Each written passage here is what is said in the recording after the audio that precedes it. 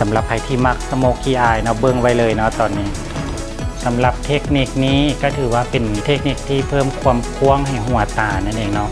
บางคนอาจจะติดเป็นแพนเนาะตัวนั้นแซมบ่อยากแนะนำเนาะเพราะว่าระหว่างวันขนตามันอาจจะเงืองได้อันนี้เป็นเทคนิคของแซมถ้าอยากรู้รายละเอียดก็คือ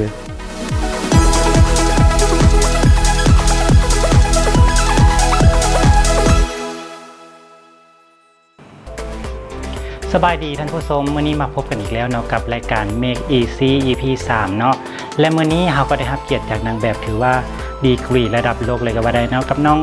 ลาบเนาะ Miss Crystal Angel International ของเรานั่นเองและมื้อนี้ซึ่งเราได้นางแบบลุคค่อนข้างอินเตอร์เนาะมื้อนี้เราก็จะมาในสายที่ออกแนวอินเตอร์ได้ถือว่าใช้คำว่าเป็นสายฟอร์เลยก็ว่าได้เนาะซึ่งจะเป็นแนวใดนั้นมาติดตามรับชมกันเลย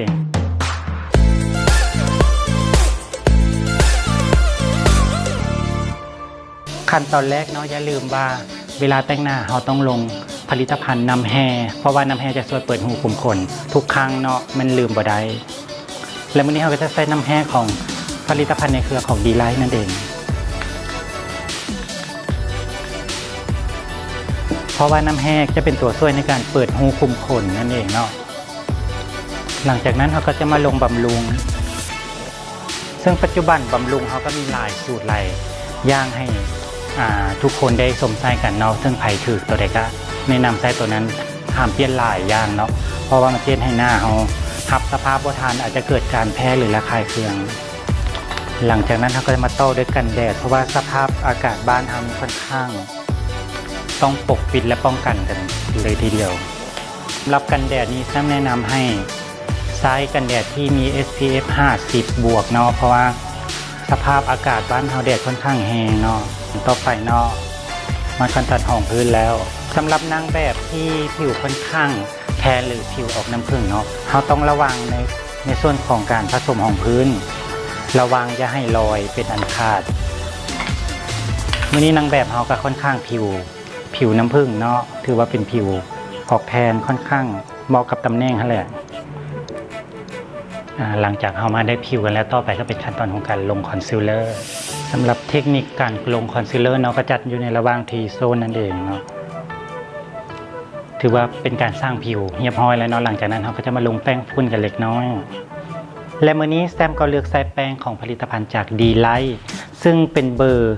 04ถือว่าเป็นเบอร์ขายดีเลยก็ว่าได้เนาะและแซมก็ใช้จริงเนาะเบิ่งจากทางในได้เลยเนาะว่าโกนซ้ำไรเนาะรบกวนมาดามเนาะส่งให้เด้อพ่อสำหรับแป้งดีไลท์เนาะคุณภาพของมันก็คือมีความเนียนบางแต่ว่าปกปิดแล้วก็ปกปิดระหว่างวันได้ดีโดยที่บ่จำเป็นต้องเติมระหว่างวันถือว่าแต่งบัดเดียวก็คือจบเลยเนาะสำหรับคนที่มีหอยกะหอยเมนอย่างก็สามารถปกปิดได้ดีเนาะสำหรับคนที่มีหอยสิวหอยอย่าง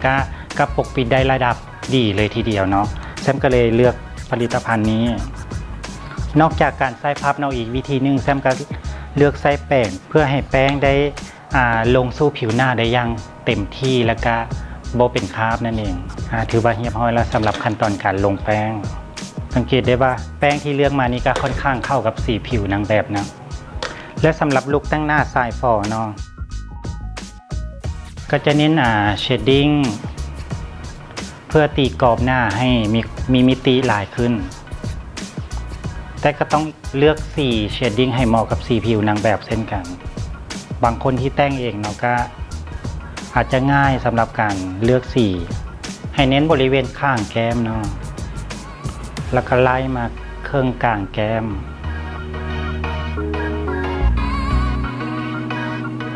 อย่าลืมแต้มตีนผมนะเนาะเพื่อเป็นการสร้างกรอบหน้าให้มีมิติลายยิ่งขึ้นมาเพิ่มความคม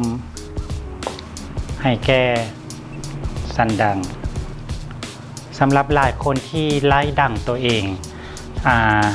อาจจะบ่ฮู้วิธีว่าไล่จังใดเนาะมื้อนี้แซมก็จะอยากแนะนำว่าเวลาไล่ดังเพื่อบ่ให้มันเป็นสันจนเกินไปเนาะแซมก็จะเน้นบริเวณปลายแล้วก็กกหลังจากนั้นเราก็ค่อยลูบๆให้สีมันเชื่อมมาหากันมันจะเบิ่งบ่คือเป็นสันดังลายจนเกินไปนั่นเองเวลาไล่ดังก็เส้นเดียวกันเนาะ เน้นบริเวณส่วนฝ่ายแล้วก็ส่วนโกกหลังจากนั้นเราก็ค่อยลูบมาเพื่อให้มันเชื่อมกันเช่นเดียวกันคล้ายๆกับการไล่สันดันนั่นเองหลังจากที่เราได้ผิวแล้วเนาะต่อไปเราจะมาเบนซีตากันเนาะ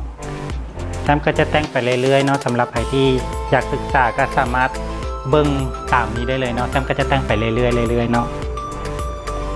แนมลงสำหรับใครที่มักสโมกกี้อายเนาะเบิ่งไว้เลยเนาะตอนนี้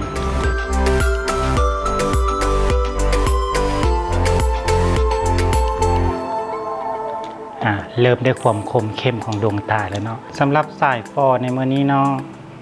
แซมก็จะลิ้นห่างตาด้วยอายแชโดว์ซึ่งถือว่ากำลังฮิตกันเลยนี่ในปัจจุบันนี้เนาะแต่ลิ้นจังไหนให้ถึงวิธีเนาะเขาก็ต้องลงเลือกอายแชโดว์ที่มันมีเนื้อแน่นที่จะเอาอยู่ระหว่างวันนั่นเองถือว่ามีความยากพอสมควรเนาะสำหรับลุคสโมกี้อายเนาะก็เบิ่งไปเรื่อยๆซึ่งใครอยากรู้ว่าใช้ผลิตภัณฑ์ไหนก็อินบ็อกเข้ามาเฮียนได้เลยเนาะ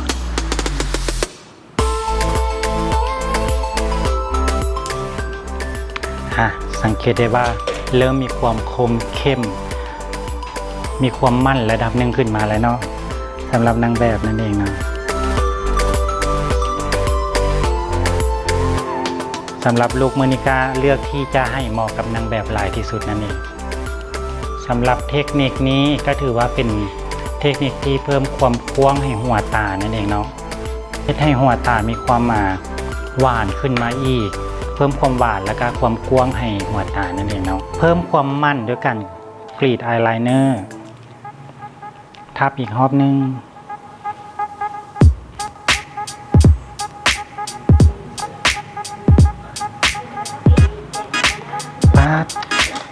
แล้วโอเคขั้นตอนต่อไปเราก็มาในขั้นตอนของการติดขนตานั่นเองเป็นขั้นตอนที่สำคัญหลายเลยทีเดียวเนาะสำหรับคนที่แต่งหน้าเองหรือสำหรับคนที่แต่งหน้าให้คนอื่นเนาะแต่ว่ายากหลายที่สุดก็คือสำหรับการที่ติดเองเนาะแนะนำให้ติดตามตอนนี้เลยเนาะซูมเข้ามาได้เลยเนาะทำมิดเราก็จะต้องดัดขนตาก่อนที่จะติดขนตาปลอมเนาะเราต้องสร้างขนตาแท้เราให้มันงอนฟุ้งสะก้อนหลังจากนั้นเนาะเราก็จะมาติดขนตาปลอมกันเลยบางคนก็ใช้วิธีโดยการที่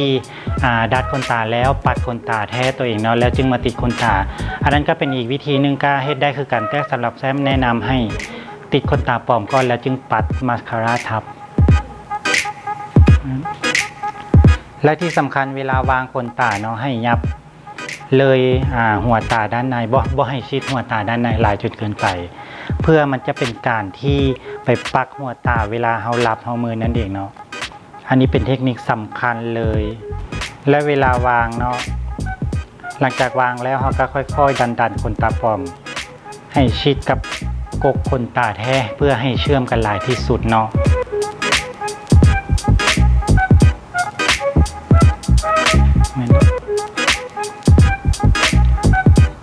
สังเกตได้ว่าบ่เห็นหอยต่อระหว่างขนตาแท้ขนตาปลอมเนาะเพราะว่าเราพยายามติดให้มันเชื่อมกันหลายที่สุดสำหรับสายฟอเนาะแน่นอนเนาะขนตานี้ก็ต้องสะพรึงเนาะแต่สำหรับแซม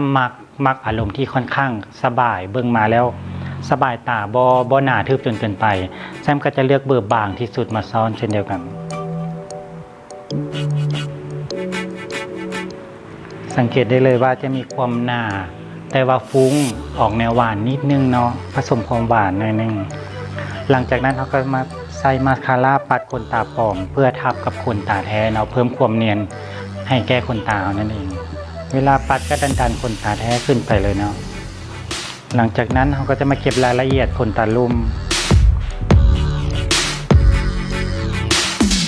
และสำหรับเทคนิคการปัดขนตาเนาะแซมก็จะลูบขนตาให้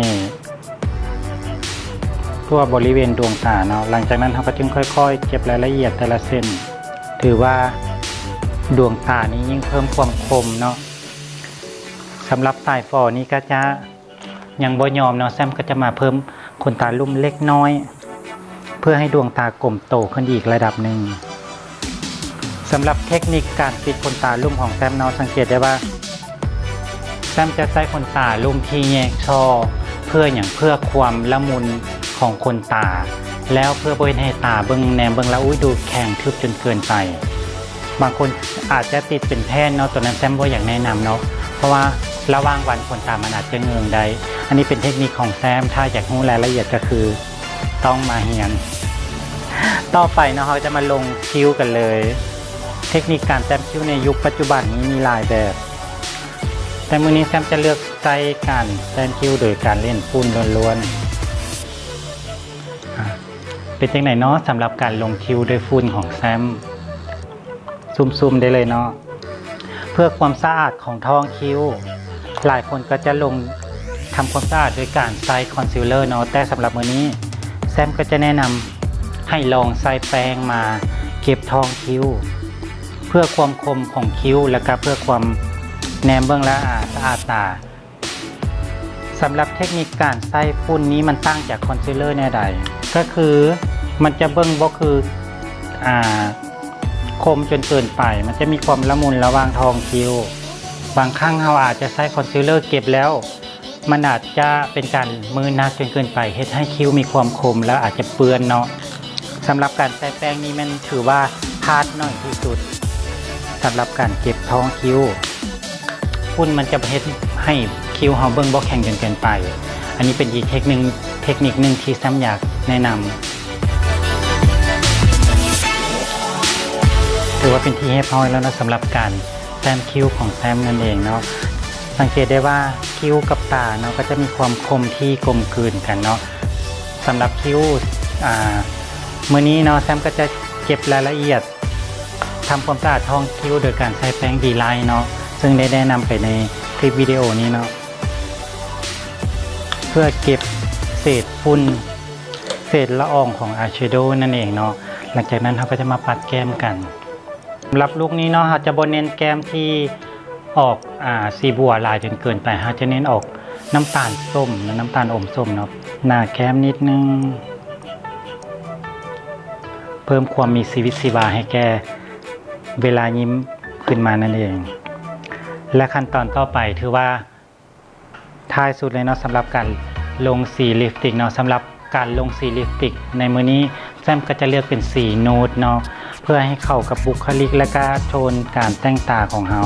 สำหรับใครที่เลือกแต่งตาลุคนี้เนาะแซมอยากแนะนำให้ระวังว่าห้ามทาปากแดงเนาะเพราะว่ามันจะเฮ็ดให้หน้าเราดูโหดจนเกินไปอาจจะเพิ่มอายุให้เราหลายขึ้นก็ว่าได้เนาะสำหรับอันนี้สำหรับเทคนิคของแซมสีนี้มันก็จะมีความแมทระหว่างดวงตาที่คมโตแล้วก็สีลิปที่ค่อนข้างมีความนูดเบิ่งแล้วสบายเนาะเบิ่งแล้วบ่ดูแก้จนเกินไป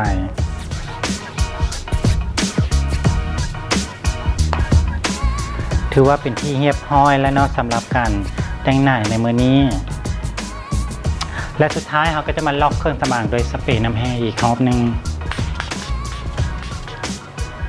จะสีทั่วๆเลยเนาะโดยและมื้อนี้ถือว่าสำเร็จไปที่เรียบร้อยแล้วเนาะสำหรับลุคการแต่งหน้าสายฝอหรือว่าลุคสโมกี้อายในเด็กเนาะซึ่งให้เหมาะกับบุคลิกของนางแบบที่รับเชิญมาในมื้อนี้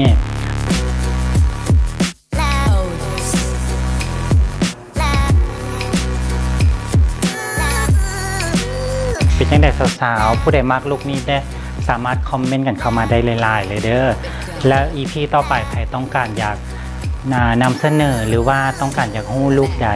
สามารถคอมเมนต์กันเข้ามาได้ที่คลิปวิดีโอนี้เนาะโดยและมื้อนี้แซมเองก็ต้องขอบใจกับนางแบบเนาะน้องรัดหรือว่า Miss Crystal Angel International ของเฮานั่นเองเนาะซึ่งเพิ่นก็